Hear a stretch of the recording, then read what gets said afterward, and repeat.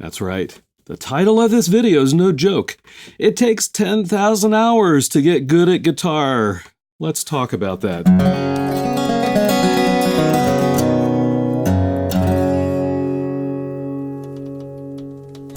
So author Malcolm Gladwell wrote a really interesting book. It's called Outliers, The Story of Success. And he examines the lives of a lot of different people to understand how they achieved success. And while the book goes in a lot of different ways, one thing that he finds in common is that these people that achieve success spend a lot of time learning to do whatever they do. In fact, he says it takes about 10,000 hours to master something and become truly good at it. Yeah, and contrast that with today's Western society, in particular American society, which I'm familiar with. We want everything instantaneously. We don't want to have to work for years and years and years and years and focus and focus and focus to get good at something. And yet, that 10,000 hour rule indicates just that. As a matter of fact, if you break down 10,000 hours into 2 hours a day, you're talking about 13 and a half or so years, roughly, to get good at something by just committing 2 hours a day to do that. And even, think about famous guitarists. I looked up Jimi Hendrix's life. He started playing when he was 15, and of course, many of us know he died at the age of 27. That's 12 years of playing guitar. There was the Army service in the middle there somewhere too for about a year and a half. I don't think he quite got his 10,000 hours in. Look how good he was, though. But where would Jimi Hendrix have gone if he had lived much longer than his tragically short life? Also, when I was a kid, I was obsessed for a while with the idea of playing sitar. And I got a book out of the library that Ravi Shankar had written about how to play the sitar. And he said in that book, it takes 20 years before you're any good at sitar. That kind of burst my bubble. But as I think about my younger years and how often I played guitar and for how long, I did go through many years where I played guitar for 2 to 4 hours a day. Yes, you could call that an obsession. Since I've been hanging out here on YouTube, I've had several conversations with folks who are interested in ambient music and ambient guitar styles of playing, but who have said to me, "Bill, this is great. I don't really have to learn how to play the instrument. I can just string some effects pedals together and get amazing sounds." And while it's true, they might be able to get an amazing sound, they will not be able to get amazing music unless they learn the instrument and master it. So as you think about the 10,000 hours perhaps that you're in the middle of committing to in your life to master your instrument, I've got some tips that I have found useful in my life as I've spent those 10,000 hours learning how to play guitar. Let's get to work. So first tip, play both electric and acoustic if your budget allows you to have one of both types of guitars. Obviously, ambient guitar playing tends to be more on the electric side, but it is so useful and eye-opening to learn how to play acoustic guitar.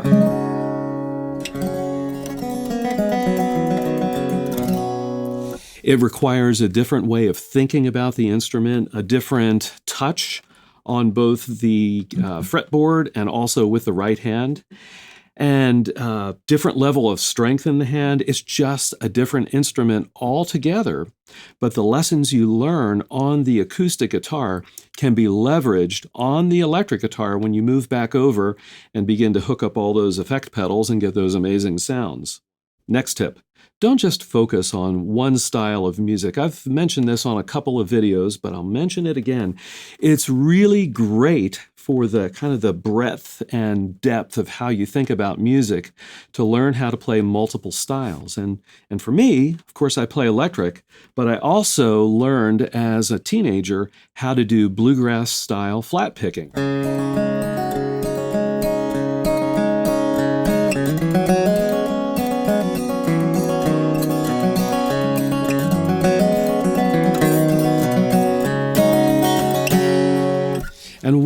I don't typically play real bluegrass music, although I do from time to time with friends.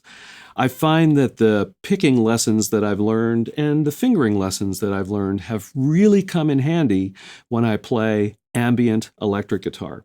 Number 3, let's talk about the right hand. So I'm using a flat pick right now, but it's nice to learn how to use your fingers also. And I've talked to guitarists that say, oh, I only use my fingers. I don't know how to use a pick. And other guitarists that say, oh, I only use a pick. I don't know how to use my fingers. But I think for both types of players, they're missing out on dimensions in their playing if they learn how to use picks and fingers. So here's a style, I've got a whole video about it, I'll link it below, called hybrid picking.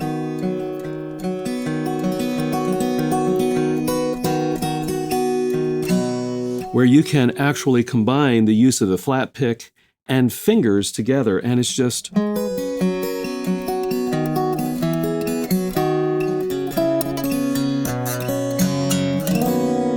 It's really flexible, and it affords you a lot of opportunity to play in different ways than you would otherwise get if you were just using a pick or fingers. But if you want to use just fingers, great, but also learn how to use a flat pick. If you want to use a flat pick, great, you learn how to use your fingers. You'll never regret it. Next tip here is about the left hand. Yeah, not this left hand, the other left, right? Wait. Anyway, the way I like to think about the left hand is not so much for speed, but more for musicality. And part of that is because I am not a super fast player. That's one thing I probably need to spend another 10,000 hours on, is learning how to play faster. But in terms of thinking about perhaps playing a little slower, it gives you a chance to think about the musicality of what you're playing, the phrasing, the touch, the vibrato. When you play one single note on the guitar, what does it mean?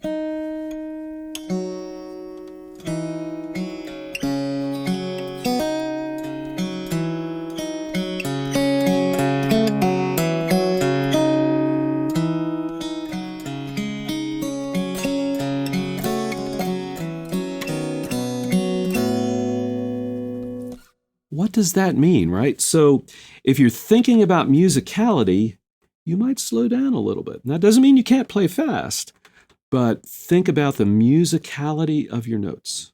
Next tip, always be stretching yourself and learning new things. It's really important to do. It will keep your playing fresh. It will keep your mind fresh about your playing. So let me give you an example. Some of you know about my saga with learning how to play with a thumb pick. And I procrastinated for 30 years, probably 25 to 30 years. I could have been so much further than I am now on the thumb pick.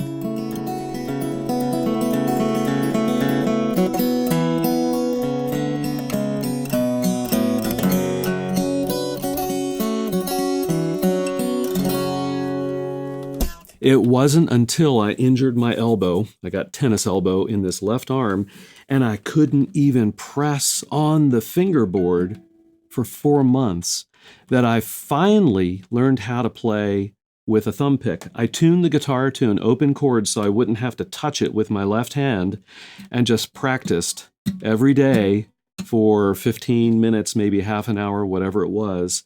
And by the time this arm healed and I could play again, I knew how to use the thumb pick. But why did I wait so long? That was stupid of me to do that. I missed out on an entire dimension of playing that I could have really enriched what I was doing back in the day with a band I played in, with other music groups that I was a part of, with early music that I recorded. I missed all of that because I didn't stretch myself and learn something new. So drop a comment below and let me know your journey of playing for 10,000 hours and any tips you might have for this awesome ambient guitar community. And as always, I'll see all of you on the next video.